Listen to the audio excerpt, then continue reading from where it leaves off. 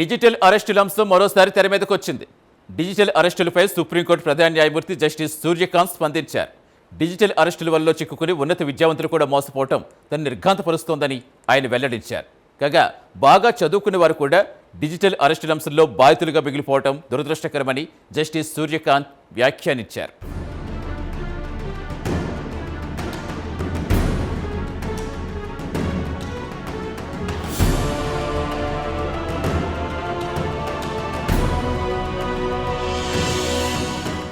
Digital అరెస్టుల అంశం తరచూ వార్తల్లోకి వస్తోంది. ఇటీవల ఇదే అంశంపై సుప్రీంకోర్టు ప్రధాన న్యాయమూర్తి జస్టిస్ సూర్యకాంత్ స్పందించారు. డిజిటల్ అరెస్టుల వలలో చిక్కుకుని ఉన్నత విద్యావంతులు కూడా మోసపోవడం తనను నిర్ఘాంతపరుస్తోందని ఆయన వెల్లడించారు.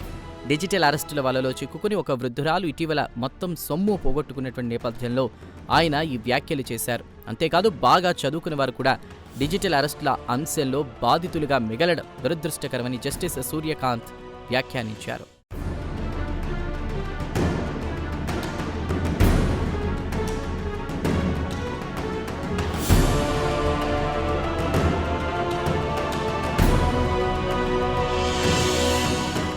డిజిటల్ అరెస్టులు ఇటీవల కొత్తగా తెరమీదకొచ్చినటువంటి మాట ఇది. అమాయక ప్రజలను మోసం చేయడానికి సైబర్ నేరగాళ్లు రకరకాలుగా పద్ధతులు ఎంచుకుంటూ ఉంటారు. కాగా సైబర్ నేరగాళ్లు ఎంచుకున్న కొత్త పద్ధతే ఈ డిజిటల్ అరెస్టులు. కాగా డిజిటల్ అరెస్టుల పేరు చెప్పి అవతలి వ్యక్తులను భయపెట్టి మోసం చేస్తున్నారు. టార్గెట్గా ఎంచుకున్నటువంటి వారికి వీడియో కాల్ చేస్తారు. తమను తాము సిబిఐ అధికారులుగాను లేక ఇన్కమ్ ట్యాక్స్ డిపార్ట్మెంట్ ఆఫీసర్లుగాను పరిచయం చేసుకుంటూ వీడియో కాల్ చేస్తారు. బెదిరింపులకు భయపడ్డ వారి దగ్గర నుండి సైబర్ నేరగాళ్లు పెద్ద ఎత్తున డబ్బు కాజేస్తున్నారు.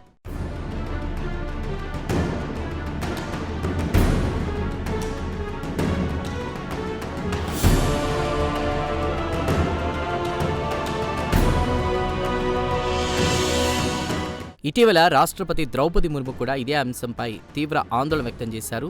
అంతేకాదు డిజిటల్ అరెస్టుల పేరుతో జరుగుతున్న మోసాలపై ఇటీవల సుప్రీంకోర్టు కూడా ఆందోళన వ్యక్తం చేసింది.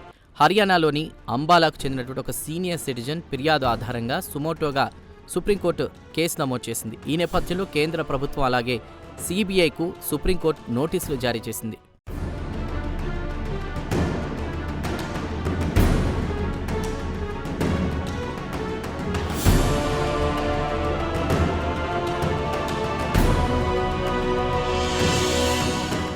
అంబాలాకు చెందిన 73 సంవత్సరాల ఒక మహిళ కొంతకాలం క్రిందట అప్పటి సుప్రీంకోర్టు ప్రధాన న్యాయమూర్తి జస్టిస్ బిఆర్ గవాయ్కు ఒక ఫిర్యాదు చేసింది.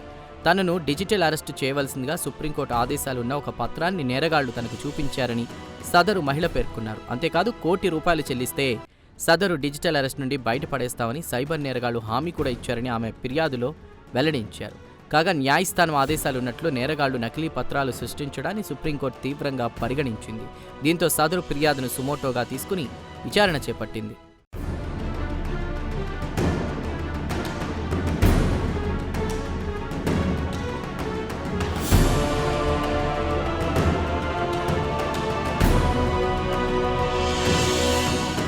విచారణ సందర్భంగా రోజురోజుకు పెరుగుతున్న డిజిటల్ మోసాలపై సుప్రీంకోర్టు ధర్మాసనం తీవ్ర ఆందోళన వ్యక్తం చేసింది. డిజిటల్ మోసాలను సామాన్యమైన మోసాలుగా ఎటువంటి పరిస్థితుల్లోనూ పరిగణించలేవని సర్వోన్నత న్యాయస్థానం కుండబద్దలు కొట్టింది.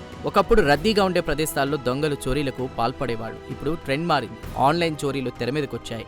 ఇంటర్నెట్ను అడ్డుపెట్టుకుని ఆర్థిక నేరాలకు పాల్పడుతున్నారు. సైబర్ నేరాలు పెరిగిపోతున్నాయి. సైబర్ క్రైమ్ అనేది పూర్తిగా కంప్యూటర్ ఆధారిత నేరం. కంప్యూటర్ను అడ్డం పెట్టుకుని ఉద్దేశపూర్వకంగా చేసే నేరాన్నే సైబర్ క్రైమ్ అంటున్నారు. అక్రమంగా డబ్బు సంపాదన కోసం సైబర్ నేరగాళ్లు, హ్యాకర్లు వీటికి పాల్పడుతుంటారు.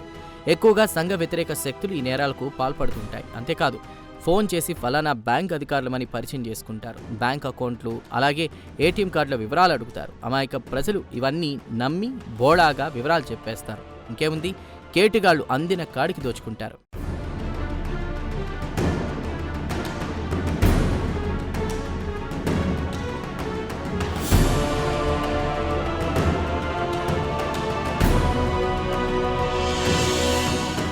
సైబర్ నేరాలు ఏ ఒక్క దేశానికో పరిమితమైనటువంటి అంశం కాదు. ప్రపంచవ్యాప్తంగా అన్ని దేశాలు ఈ నేరాలతో ఇబ్బంది పడుతున్నాయి.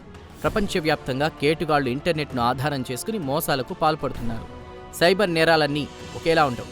ఒక్కో నేరంలో ఒక్కో స్థాయి తీవ్రత ఉంటుంది. దీంతో సైబర్ క్రైమ్లను చూసి ప్రపంచ దేశాలు వణికిపోతున్నాయి. రోజురోజుకు సైబర్ నేరాల తీవ్రత ఊహించనంత వేగంగా విస్తరిస్తోంది. ఏమైనా సైబర్ నేరాల పట్ల జనం అప్రమత్తంగా ఉండాల్సిన సమయం వచ్చింది.